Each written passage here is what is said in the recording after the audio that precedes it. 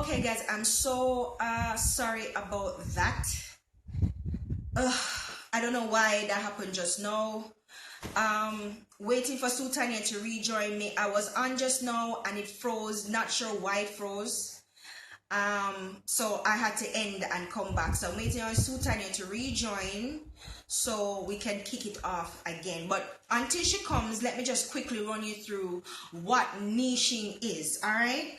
So this is the dictionary definition of niching. So it says it's an organism or population, and this is talking about niching in terms of people.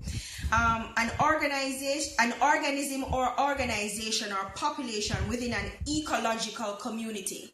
So niching is not creating a whole new community.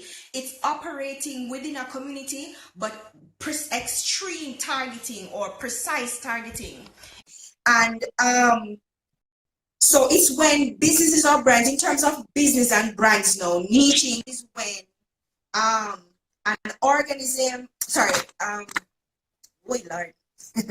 When brands or business target smaller segments of consumers, they call it segmentation, right?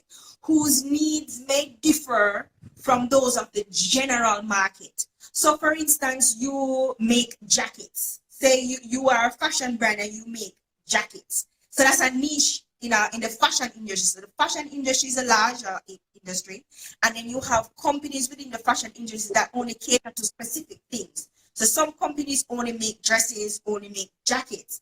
But then you have people who niche even further down to that. Just okay, I only make organic material. I only use organic material. So they're catering to the vegan, organic, bohemian, airy fairy kind of people. No offense, if you're one, that's fine. That's who they're catering to. So they're niching down.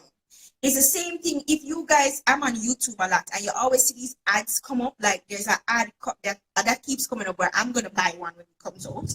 It's a lunch kit that falls out into a lunch mat, right? So that's them niching down into a smaller. No, not everybody will want a lunch kit that turns into a lunch mat. And that company is not necessarily a niche brand. They just may be offering a niche product. And later down, we're going to talk about the difference between niche market and niche product. Because while the two overlap and they're not mutually exclusive, they're two different things, right? So that's pretty much what niching is. It's operating in a market, but only laser focusing on a specific group or specific groups in that market. And who is niching for? Niching is for I want to read something. It says, compared with large brands in the market, niche brands tend to have small market share, but they enjoy higher levels of loyalty. And when Sultania is going to talk to us about the pros and cons, she's going to talk about the pros of it. And one of the pros, right, Sultania? Yeah. Is that you enjoy more loyalty as a niche brand, right? And so you have lower levels of penetration. But the thing is, you're penetrating a group that is primed and ready to buy because nobody else is catering to them. So if you can get in their consciousness and them know, say, okay, you're the go-to person for this specific thing, you'll always get their money because you're catering to that thing in particular, right? So even though you enjoy a lower market share overall in the overall market, you're still winning because you're killing one segment of the market, and it's probably just you or just a very few people that's doing it. So that's how you win as a niche brand or a niche business, right? So who is it for? So if you're an online brand, a personal brand, if you are like, all right, Fashion Nova is a niche brand. They are a fashion brand, but they mostly cater to what they call fast fashion. And fast fashion is a new market segmentation of fashion in general. So this is mass produced, quick turnover items that can be quickly bought, quickly sold, easy to get, easy to source. Materials are easy to source, which is probably one of the reasons why they closed. But things are easy to source. So they call it fast fashion because it's quick turnover. So that's a niche brand. All right, and I'm going to talk about some niche brands that we have in Jamaica because there's some online brands that are doing it really well and some other brands. Most of the ones I know are online. And this is why online brands do so well with niching, because then imagine you're on Instagram where you have how much people using Instagram per day? you're not going to get to all of them. So if you're targeting your marketing towards a particular group of people, it's easier. And you notice even on Facebook ads, when you're doing a Facebook ad or even an Instagram ad, they say to you, listen, the more you target your ad, is the easier it is going to be for us to send it to the people who you want to see it. That's niching down, guys. So that's niching, that's using niche marketing to reach your people as a niche brand. So you can't cater for everybody. So when somebody come to me and go, and I said to them, so okay, who's your target audience? And I'm telling everybody, I says, bro, that you're lazy. You're being very lazy. That means you have not done your research. You've not done your work. You have to be specific. But niche brands are even more particular than even that. They're very, very focused on a particular group. So new concept brands, you have brands that are coming out, and these are mostly startups, tech startups that are coming up with new concept products and items that sometimes you don't even know that you want or need until they come up with it. They go, all right, yeah, you know, say. Yeah, so they come up with niche services or niche products or their niche brand in general that they create new niches for themselves. So that's mostly startups, mostly tech startups. Sometimes beauty startups come up with new niches as well, depending on what they're into and what their market or their target audience is into. So now Sultana is gonna jump in because she's just sitting there looking pretty. So Sultan is going to jump in to talk about the pros and the cons. And while she's talking, I'm going to jump in with some real life examples of Jamaican companies and brands that are niching. So Sultan, over to you. Okay. Hi again, everybody.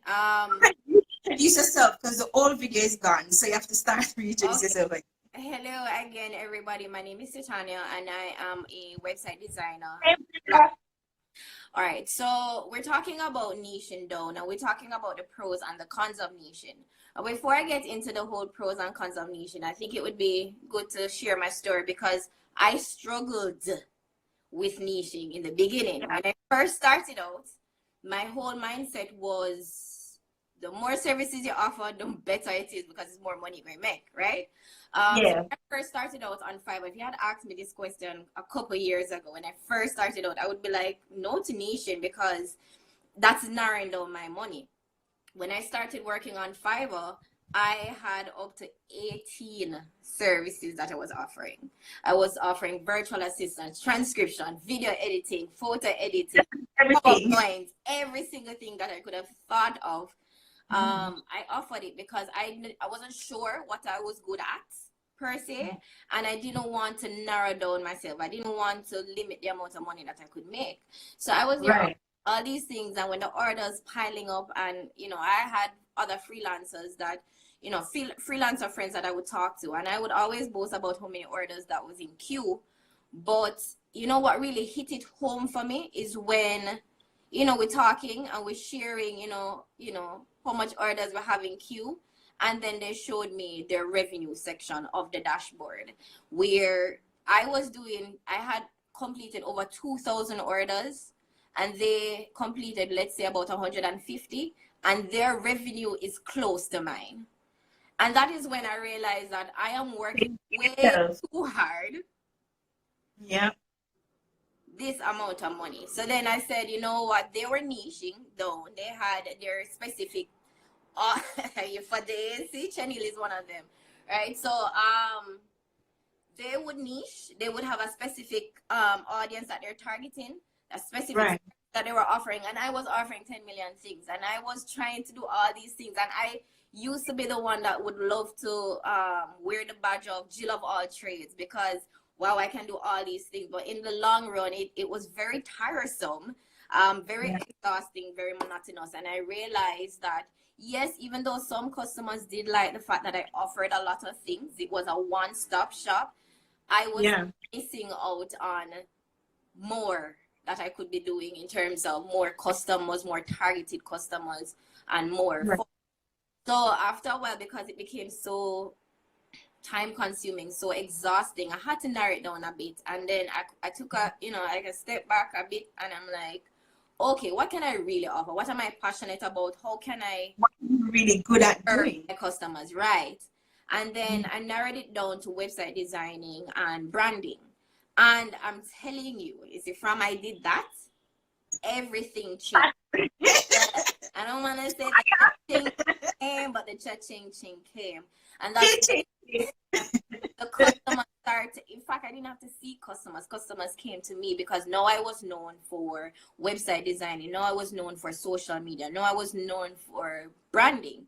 So niching down, yes, in the beginning I was like, nah, but no, you can't tell me nothing. Niching down is the way to go, especially if you are, your brand, your name is itself is not well known as yet. Right. Just is for people who want to do the broad thing like a Mega Mart or a Walmart, but I think you have big pocket and big money. That's correct. So when you're starting out, you need to niche. You need to narrow it down so that persons can know you for something. So let's get into the benefits of niching and the cons of niching. So one of the things I have down here is the fact that people want to be able to identify you with something. So for example, as I mentioned before, I'm known for website designing. So the reason for you to come back to my page or to check out my page is for website design. You want a website, you're going to come to me. If I am a website designer and then I just fling up a photo about randomly, let's say a photo about dancing, it's kind of going to throw it off because you probably came here and followed me for website designing. For a particular reason, right? Reason. So that's one of the benefits of niching down. You're giving them a reason for them to follow you. And then also when they're talking about you word of mouth, they'll have something to say like, oh, this person is good for website designing. This person is good for logo designing. This person is good for social media. Right.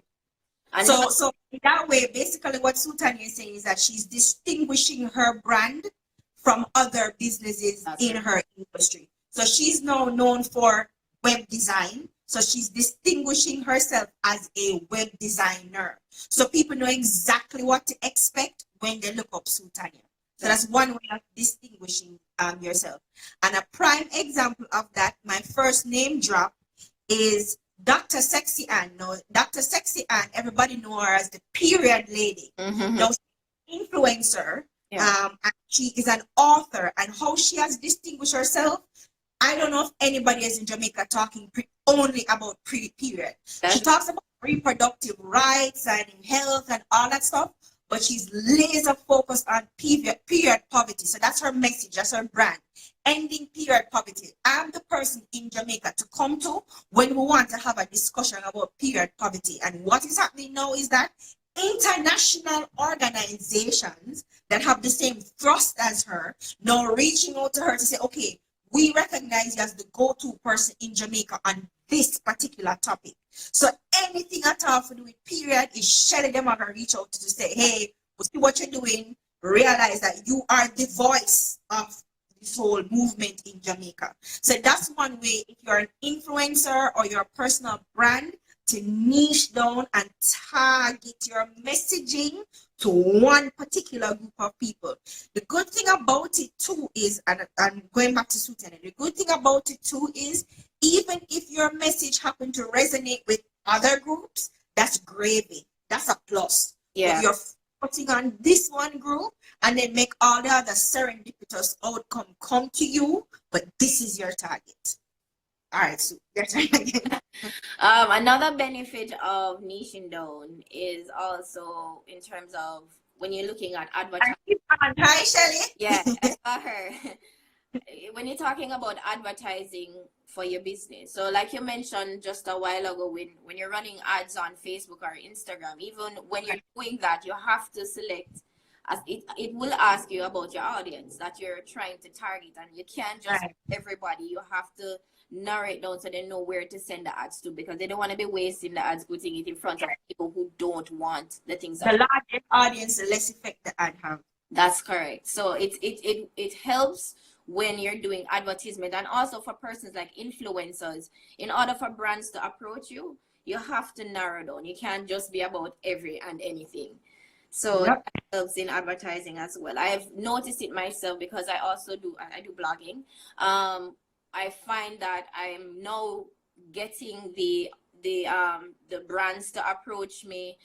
People are interested in working with me now because now I've established what it is that I am doing and what my brand is about. So it's definitely good to in terms of advertising as well. Yeah. All right. It also, another tip that I have, or another reason would be limited competition, because you're narrowing down your audience, the person that you're targeting. The service that you're offering is for a specific person, and you won't find as many people competing offering the same things that you're offering. So for example, for me, I am targeting persons who are small business owners who want to lift their brand, who want to put their websites out. So it's not just everyone, anybody who wants a website. I'm targeting small brands, mainly women who have their small businesses that want to build their brand. So Right. very good example as well in terms of narrowing down the competition. So I wouldn't be competing with a lot of persons in that sense. Right. All right. I also have as well. Narrowing the competition. Another name drop local brand that does that very well is Bella Bear. Guys, the ones I'm talking about, go and check them out so you can see exactly what we're talking about now. Bella Bear, Bella-Bear, Bear, they offer gift baskets and stuff. Not an original concept in the least, but what they have niche down to is their packaging. Yes. So what is different and exceptional about them is their presentation on their package. They don't use baskets, they use boxes, like really nice, elaborate, beautiful boxes. That's where they're niching down to. So now they're targeting high-food fancy uptown people who can afford fancy box. Like big brands, Prada, Gucci, they all have their very exquisite boxes that people actually collect these boxes. They're collector's item because of the quality and the luxury of them. So that's what Bella Bear is kind of doing in Jamaica with her brand. She's niching down and focusing pretty much on the packaging and the presentation. So the gifts are highly customizable, very unique, and the packaging is, as she said, wow. The packaging is wow. She's not gonna have much competition in that particular regard, because not a lot of people are focused on packaging and boxing, not realizing that one, sustainability is a big thing with people now. You will get more people buying from you if they think that your brand is a sustainable brand, less carbon footprint or whatever. So people will buy from you now because of that. So when she's giving you these nice, beautiful boxes that you can reuse and reuse and reuse and reuse, that's a value added to her offering. So she's offering you a service with some value added things like a box that you can reuse and reuse and reuse. So she's winning several different groups just right here. So that is another example of limiting your competition by only focusing on one particular thing and killing it in that respect. And killing it. That's the key. Yeah. All right. So I have another benefit of niching down, and that one is long-standing relations. It helps you to build relationships with your customers. Mm-hmm. So because I'm able to niche down, and as I said, I have my target audience, I'm able to build that relationship with. So I have a client now, that customer will come back to me again with something else, and they'll also say to me like, oh, I would like, let's say, a specific service, and I now can consider to put that in terms of a package and create a whole experience for my customers. So I'm able to listen to what they need and then create a package to suit their needs. So yeah. Who does that very well? Everybody know Earth Elements. Earth Element is very good.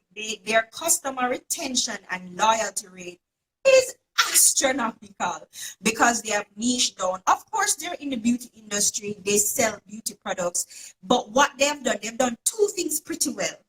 They have engaged the local beauty community in terms of the product side. So they carry a lot of local brands, organic, and then the other thing they do is organic beauty products.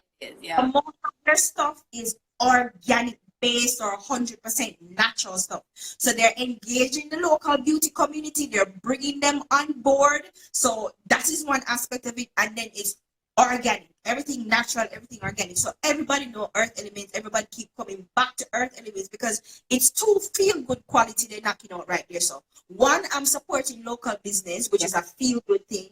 And two, not only am I supporting local businesses, it's good for me. I'm putting things on my skin and in my body that is good for me, and it comes from Jamaican people. Win, win. So in that regard, Earth Elements killing it. Yeah. All right. So I mean, I think we spent a lot of time on the pros, and I think I could go on and on. I think we spent a lot of time on the pros, but in the interest of time, I'm going to let me before you jump to the cons, one more pro. Yeah, go ahead. Not permanent. It doesn't have to be a permanent True. thing. You want to talk about that? No, you can go ahead. Meaning that you can start out as a niche, and as your brand expands and get bigger, you can branch out into other things. That's right. Starting as a niche is an advantage because you're small and you're broke. And you don't have the money if you go to mass marketing and glean other excitement. So you start out focusing on a particular group of people. Who tried to do this and failed miserable? Shea Moisturizer. Remember how Shea Moisturizer started out as it's a black-owned brand and they cater to black hair. And then Shea Moisturizer starts smell themselves because they start make money. And they say, oh, we're going to branch out. And next thing you know, you have white people that video talk about, oh, I struggle with my hair. And black people is going, oh, hell no. Oh, hell no. So that didn't go over too well. So that's an example of how not to branch out. There are better ways of doing it, because if Shea Moisturizer was having a continuous conversation with them customers, explaining to them what is happening, all you hear in the news is that some white people invest in a Shea Moisturizer, and next thing you know, you have white people in them video, and them go, oh, so you forget, oh, we did not support your ass. Okay, cancelled. So that's the bad way of going about it. Yeah. But you can gradually expand, and it's a continuous conversation that you have to keep having with your customers, because remember, it's a community. You build up your son, you go past with people them, and they can join your community, and they will say, all right, we're going to support you. Once you have people supporting you, and once you build that expectation, when you go switch and do a complete 360, 180, 360 is right back to the 100. 180, people are going to look at you sideways. So if you're not having that continuous conversation to say, hey guys, listen, thanks to you, we're growing, we're getting bigger, we have more people coming on board, and because this is what you've been asking for, so this is what we're going to do. So make sure, so when you expand at things where people they ask you to expand into, and you're not just do something completely different because you run down money. Right. You see, branding and marketing is about the perception, not your perception, their perception of you. Now Shea Moisturizer look at their money grubbing and terrible and willing to throw black people under the bus to get some white money. Yeah. Cancelled. So it's not permanent. You can expand, but as Sultana is going to talk about when she comes to the cons, it takes a lot of engagement and relationship building and fostering and cajoling and finesses, and never mind, yeah, man, sure, it takes a lot of that. And if you're not a customer service person, you're in shit water. I'm just saying. Just saying. All right, Sultana, your turn. All right. So one of the cons that I have found with niching down is that I lost a lot of prospects. I lost a lot of customers because I decided to niche down. So the persons who knew me for all these other things that I would have offered, I lost those persons. So that's the best thing. I think that's what a lot of persons are concerned about in the first place when they come with that. Good for you. Yeah. Yeah, but that's one of the biggest problems with niching down, I think. It's the fact that you're going to lose customers. I also have an already established brand that is. If you're just starting out, then fine. But if you're a brand that you've decided to now niche down, you're definitely gonna have a fall out. But that's not necessarily a bad thing, is what you're saying, right, Titania? Right. Not saying it's a bad thing. Two, sometimes when niching down, and you have to be careful when you're niching down sometimes, and you can just help, you can jump in on this one. Sometimes you may niche down all the way down. And pigeonhole yourself. Yes. Yeah. So yeah, so you have a risk of pigeonholing yourself if you go too far down that niche. So later on, we're going to talk about broad, narrow, and micro niching. And when you go micro, you're going to stop. Okay, you're not going to make no money. Okay, nobody going to see you. Okay, so you run the risk of pigeonholing yourself, but you only do that if you're not reading the market right. Later on, when Sutanya talk about how to figure out what your niche is, she's going to touch on this a little bit more. If you're not reading the market right, and if you're not listening to what people are saying, consumers are saying, and if you're not able to spot the difference between a trend and a new and a change in consumer behavior, if you can't spot the difference between trend and consumer behavior, you're going to get screwed. And that's what happened to a lot of Jamaican businesses. They thought social media was a trend. They thought, oh, blogging is a trend, social media is a trend. Oh, there's something millennials do. Well, shit, you see this here now. Because the competition under them behind, because you have brands now taking to social media and killing them. Yep. If you are not online, you do not exist. That's just, I don't care if you use Macy's. Macy's are online because they ain't stupid. It's not a trend. This is no new consumer behavior. Consumer behavior shifts, changes, it can come back around to traditional, or it can go really left and go way, and you're going, what the? But if you're not there and if you're not reading the market, problem. You hold yourself right out of market. All right, so I think those are the only things I had in terms of my cons. I don't know if you have any addition to add. And more. Way more security. Oh, yeah. Way more security, scrutiny. Way more scrutiny, because now is one or maybe two or maybe even three specific groups of people you talk to know. And this art. So this is the thing. Going back to sheer moisturizer again. Not just sheer moisturizer. Anybody know? You guys know Jackie Aina. Everybody know Jackie Aina. Jackie Aina is one of the biggest beauty influencers or whatever. She's always talking about it. When you are a new beauty brand, you remember when Rihanna dropped her Fenty line, makeup line, and people will go, Rihanna, what you doing, girl? You're a musician, where you are going makeup line? And then when she come up with how much shades, and people started questioning it, people started, Shelly says she have a con, you can drop the con in the chat, Shelly, go ahead. People start questioning it. Not questioning her, but questioning, okay, what are you doing, Rihanna? But then Rihanna came up with the different shades and go, oh, she's revolutionized the beauty industry because now she's catering to the diversity in the Black community. Then you have other brands trying to follow what Rihanna was doing, because Rihanna now has a niche, So now other brands trying to follow what Rihanna doing, and people are go, oh, where you come from? Where you do? Also, now you want to niche. Not just to buy girl a niche, and we are buy. No, you want to niche? No. It's too late, L'Oreal. It's too late, CoverGirl. It's too late, MAC. Look how long we've been asked. And now that she come and do it, now you want to finish. So it's way more scrutiny on you when you're trying to break into a niche market, which goes back to what Sultania said earlier about not having a lot of competition. There is value in being first to market with a lot of stuff.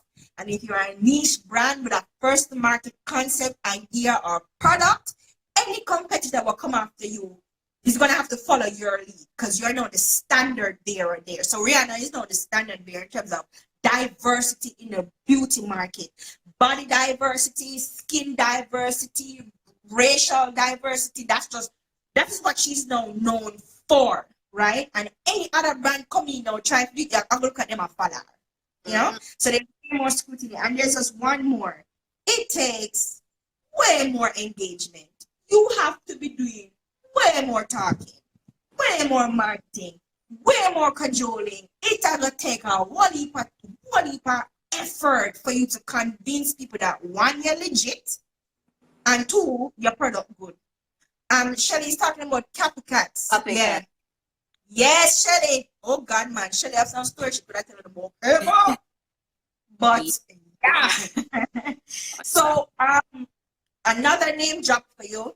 There is a company called Little Tea. I don't know if you guys know them. It's an online Jamaican brand, and she only sells tea. All she do. Okay. Africa tea, Earl Grey tea, brown tea, pink tea, whatever kind of tea. She only sells tea. There's also another brand called Petty Squares, Petit Squares, and she only does masha. Masha, you know that green sitting where the Chinese people them masha tea, the green powder something Chinese people them use. That masha. MACHA, masha maca, how you pronounce it? That. She only makes I'm so sorry. She only makes products with that in it. So she's a niche brand. She only makes products with that in it. And Quaint. Quaint is another niche brand that does only African influence inspired Jamaican. So it's an Afro-Caribbean, Afro-Jamaican mix of unique items. So they started out with bags and now they're moved into other things as well. So they are a niche brand. And they weren't even the first. You guys remember Kuya? Remember Kuya? Remember long time ago Kuya came out? Yes, long time. And then before Kuya, there was Patwa. Patwa, that was Henika Watkins Porter. Yeah. Henika Watkins Porter had a brand called Patwa Apparel. Yes, and she who started putting Jamaican twangs and slangs and so on t-shirts and so on everybody liked. Right? So niche brands. So you finished too? You finished with the cons? Yeah, I'm finished with the cons. All right. So I'm gonna move on to categories of niching. Okay. So you have broad niches. So you have an industry. Let's say you have an industry that is women, because that's an industry all by itself. All products and services geared towards women. Or blogs, that's an industry. Or podcasts, right? That's media industry or media segment or whatever. So that's the broad overall heading. Podcast, blog, women. Yeah, that's a broad industry or the broad niche. Then you're now narrowing. So what kind of women? Okay, I'm catering towards working women.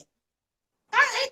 So your brand is about working women. So you're helping working women do whatever. A local example of that is my girl called Island Euphorics. She does branding and coaching for business women. Sutanya is an example of that because she is geared towards business women who wants to build their online presence. Yeah. So you have Island Euphorics and you have Sutanya, who is an example of that. So they've narrowed down. So they're in the industry of creative products and services. That's their niche for women. But they're narrowing their niche now down to working women or business women. Yeah. Similar with a blog, the Digital Jamaica blog and podcast is a podcast and a blog, right? But I've really narrowed down. I've probably pigeonholed myself, but I'm only catering towards Jamaicans. My message, my brand, my brand identity, my brand image, everything is very Jamaica centric because that's where my market is. That's who I am particularly focused on, Jamaican people. So you find that on the podcast, I'm only talking to Jamaicans who are in the tech and digital space because that's the story I want to tell. These are the stories I think people need to hear more about because you hear about everybody else all the time, but nobody was talking directly to Jamaican tech and digital people. No, there are Jamaican blogs talking to other Jamaican people, but not about tech and not about the digital space. So that's how I've narrowed down. Okay. So now if you want a micro niche, now we're talking about not just working women, but mompreneurs. Okay. So maybe stay-at-home moms who have online businesses. So now you're narrowing down that niche even further to say, okay, may I direct target stay-at-home moms who want to create online businesses for themselves so they can earn extra money or because they're bored to shit and want something else to do for whatever reason. So now you're now a micro niche because now you're catering to women, working moms or moms who want to create a product or service to sell online. So that is the different categories now. So you move from the broader, which is women, to the narrow, which is working women, to the micro now, which is mompreneurs. Now I've moved from blog and podcast to a Jamaican podcast to Jamaican in tech and the digital space. So I'm very focused and my message is very focused. So that's how you narrow down a niche from a broader to a narrow to a smaller category, right? Now, Sultan is going to talk to us about how you as a brand or a business can find your niche and exploit it. All right, great. So I'm just going to give... So somebody has a question. It says, what should you search for to find more examples of these niches? Professional women, mompreneurs, etc. Guys, save your question, save that question, and when question time comes, please repost it so we can answer. A question and answer session again. Answer afterwards, guys. Ask that question again in the question and answer section, and we'll answer it. Okay? It's Sutanya. All right. So these that I'm talking about, it's literally what I have done or what I did when I was trying to niche down from that broad topic to just being a website designer / blogger. So what I did first was to, as I said before, I had to stop for a minute and I had to think about the things that I was really interested in and passionate about. Right. Because I was so passionate about so many things, I didn't want to let go of any of the passions because I wanted to use all of that. It's true when you know when you're multi-passionate. Yeah, that's a problem with being multi-passionate. But I had to let go and I had to think about the things that I was really passionate about because it's a passion that's going to keep you going in the hard times. So I had to think about the things that I was passionate about. So that's the first thing you need to do first. If you are trying to niche, you want to think about the things that you're passionate about, the things that you're interested in. Right. All right. Secondly, you want to, while these things are things that you're passionate about, you also have to think that, are these things that you can use to solve problems, people's problems? Meaning you could be passionate about something and nobody don't have no need for it, and then there's no demand for it. So you have to, there's a demand first of all as well. So you need to be passionate about it, but you also have to be serving a demand. Thirdly, you need to research the competition. I do that a lot. And that was one of the things that I did when I was narrowing down. I would look at the competition. I would look at people who are in the niche that I'm trying to be in and see what they're doing, see what the customers are. You know, when you go through, I think it's called, what you call it again? Social listening. When you go through, you go through the competition's Instagram profiles, and you're looking at how they're is engaging with them, the things that they're asking for. So for example, I sell customized jewelry, and if you wanted to be my competition or enter into the market, into my niche market, you would look and say, oh, they keep asking about silver custom jewelry, and you notice that I am not offering it. So a good thing to do would be to probably offer the silver custom jewelry that they're asking for. Or you go on someone's page and you see that they're asking for custom tote bags, and you notice that they're not offering it and it's something that you can do, then that is something that you can venture in. So just doing your research by going through the competition, seeing what they're offering, seeing what their audience is asking for, and offer that service if that's something that you can do. And then you also want to not just jump into every and any niche there is, but you want to think about the profitability of it. You know, is it going to make you some money? Because at the end of the day, you're trying to put some cash into your pocket, right? Exactly.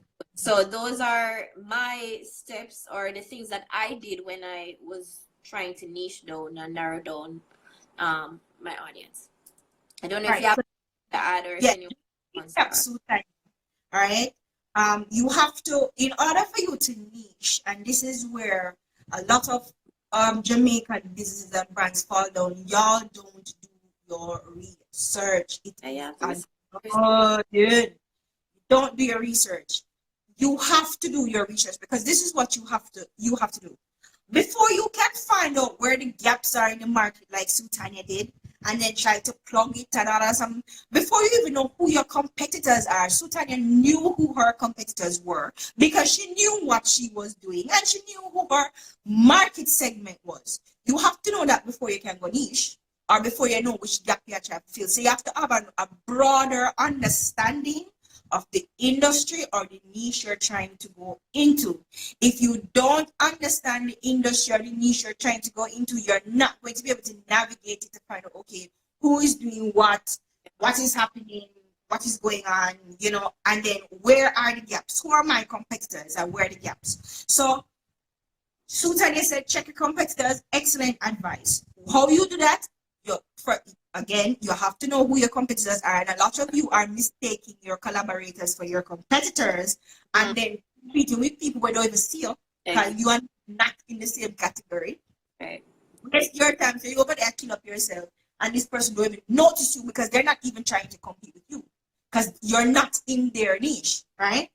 So once you know who you're targeting, who your segmentation is, and all of that, then you're going to find your competitors. And it's easy to do. And when I talk about hashtag, please go read the article on my page about hashtags and how to find your competitors. You check the hashtags and you go find them page. And what you do is you look at their comment section.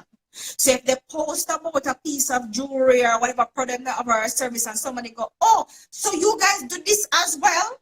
Or so you guys do this, but only do this too? Or you guys can get this, but minus that. Look at what the comments are asking, what the people are saying in the comments. That takes research and it takes time. Also, go on the company page and go in them frequently ask questions and see what questions their customers are asking them over and over and over again, and see if they're providing that, if they're not, and you can. Because please don't go fill the gap where you cannot fill. That you can't manage. That's another If thing. you cannot manage, if you cannot cross it, Don't go there. Because you don't want to flop yourself and flop your brand. Okay? Yeah.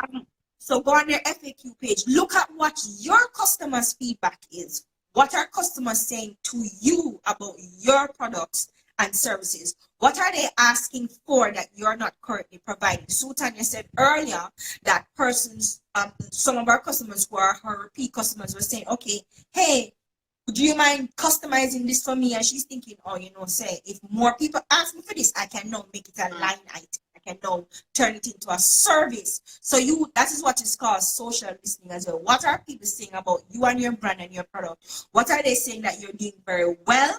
What are they saying that you're not doing very well? And what are the things that they're saying that you're not doing at all? And see how you can reconcile those things. All right. Moving on. So it's basically answering the questions that customers are asking with a product or a service. So I want to now talk about the difference between a niche product and a niche market. Y'all, these are two different things. They overlap because this is the thing. You can be a niche market or a niche brand catering to a specific group. So going back to the mompreneurs example. Right, so that is me as a niche brand. Digital Jamaica as a niche brand. Yes, I currently don't offer any particular kind of product as the blogger podcast, but now I've introduced a workshop series. Yeah, and that's now a product in and of itself because now I'm offering ebooks, guides, workshops, stuff like that.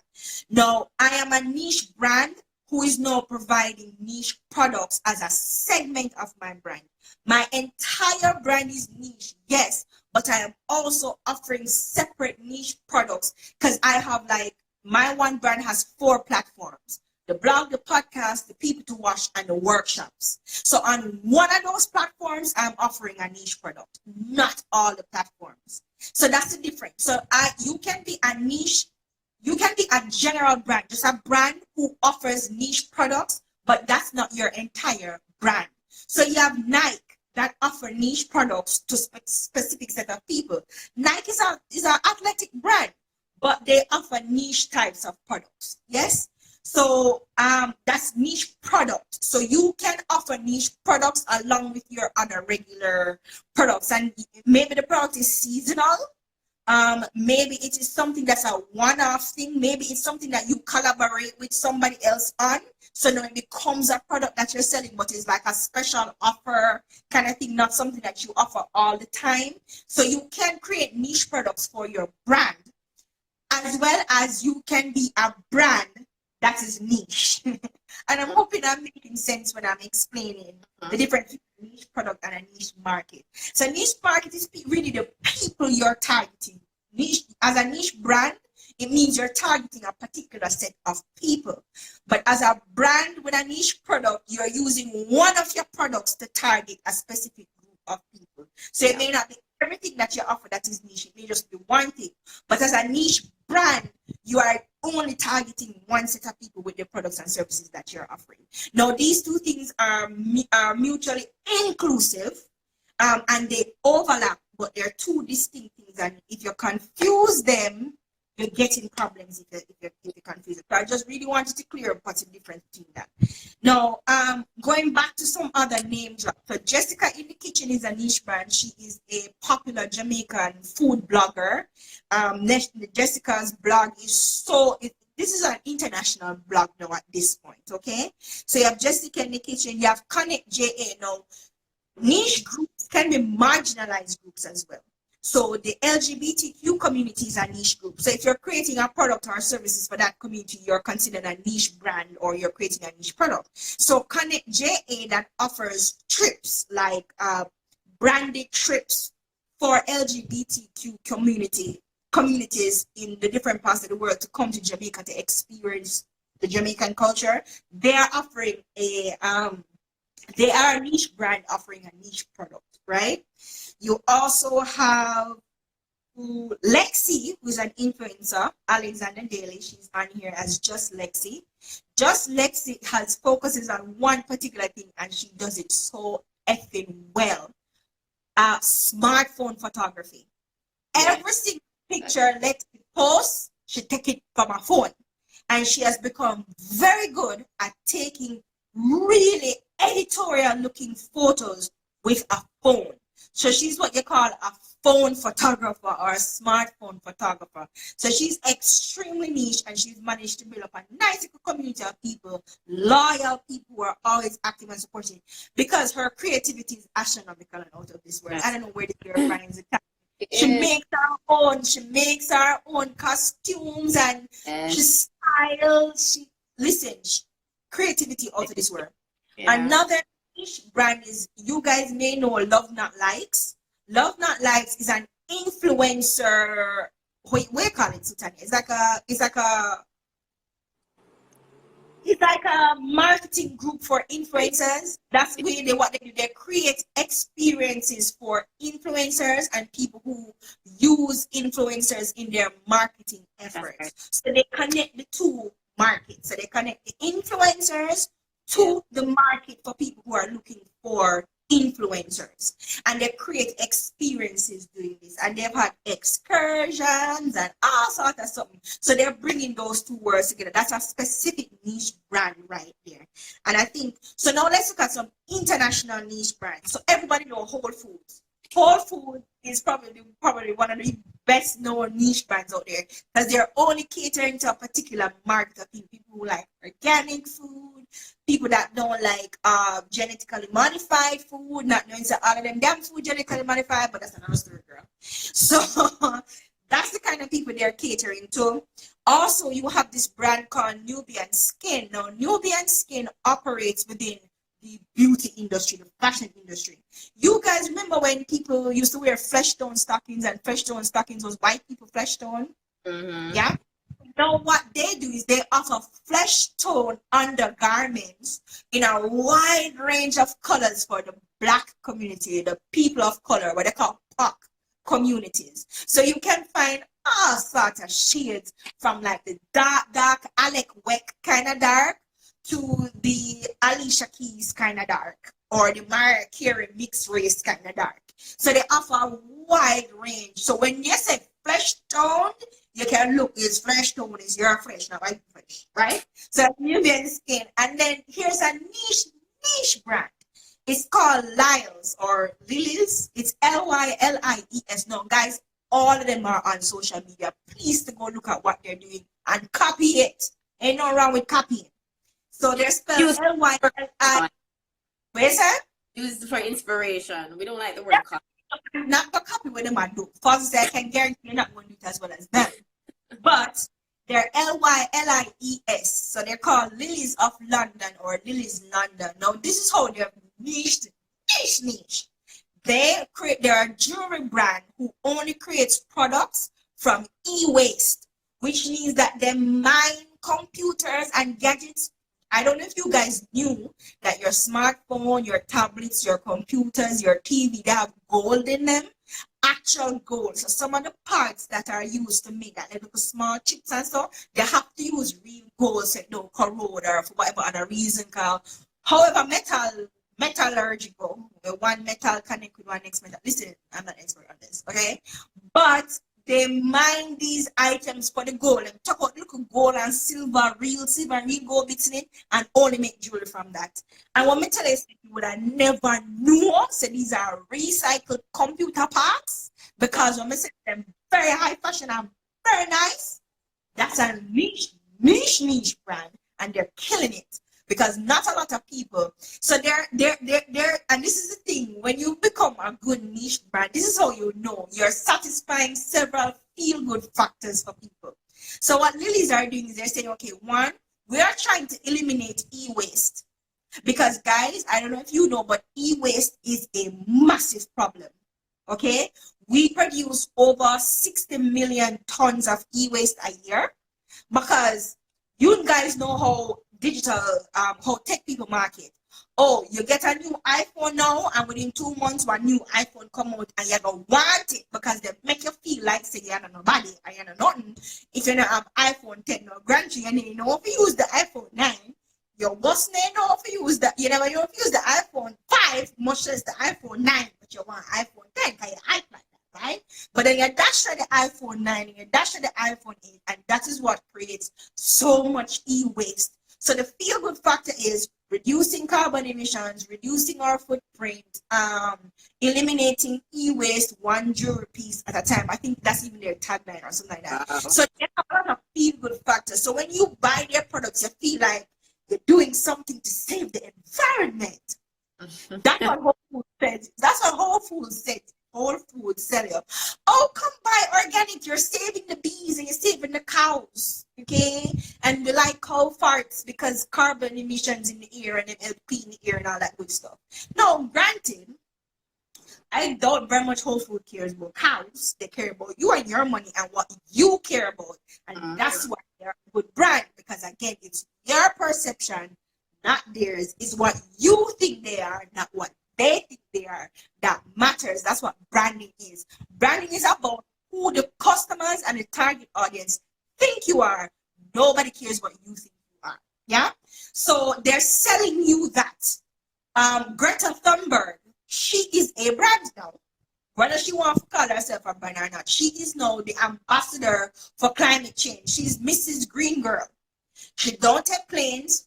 She only take boats that are non-carbon emitting, and she only goes certain places and she only does certain tasks. She's not a brand in and of herself. So there's several feel-good factors about Greta Thunberg. You support her message because of what it makes you feel like you're doing something. Because people have a tendency to feel helpless.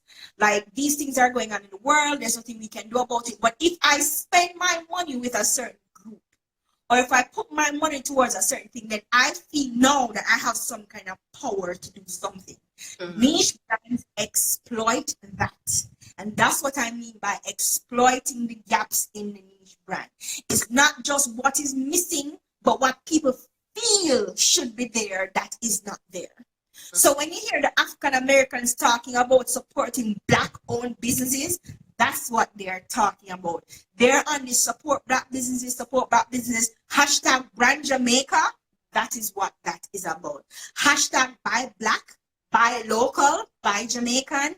That's what that is about. It's about feeling good that you're supporting an underdog, a marginalized, a less seen, people that are not generally catered for or overlooked in the market because people are going for the big money. So, because if you can supply a mass group, you can make more money that way.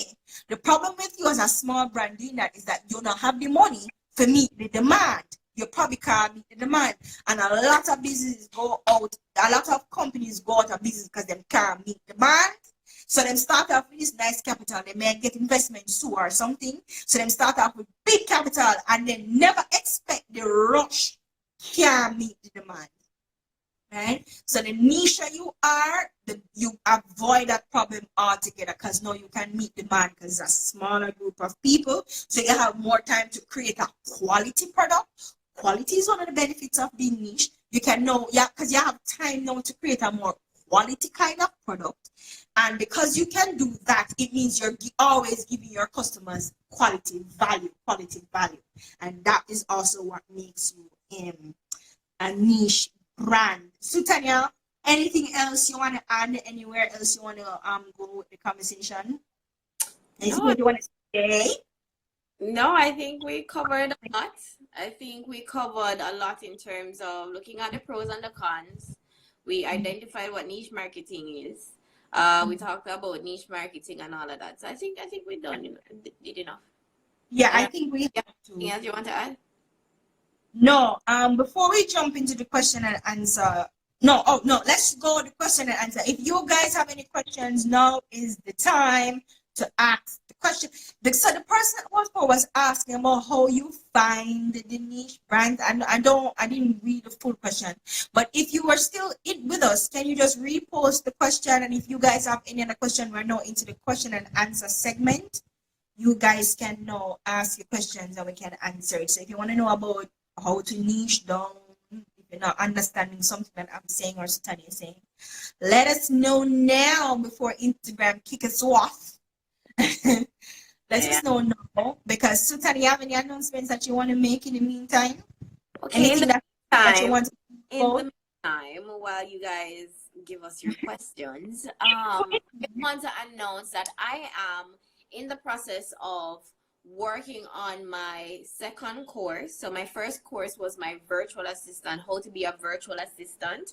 And in about a week from now, I'm going to be launching my second course, which is how to launch your online business on social media.